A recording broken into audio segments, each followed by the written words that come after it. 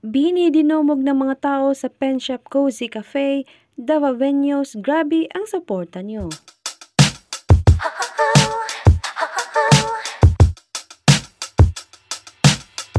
Eto nga ang natunghayan ng lahat sa Pen Shop Cozy Cafe with Bini at the Annex SM City Davao.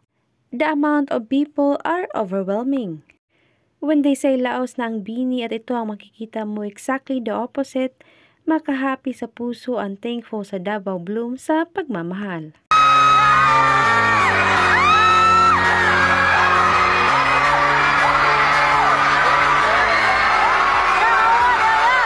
Ito lang ang masasabi ng fan, no amount of online hate can deny Bini success and popularity talaga no.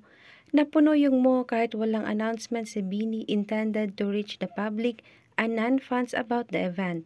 And that's organic popularity and relevance to you all. Bini is loved, supported, and celebrated. No hate can shake what's real. Thank you Davao Blooms for this warm welcome for Bini since day one.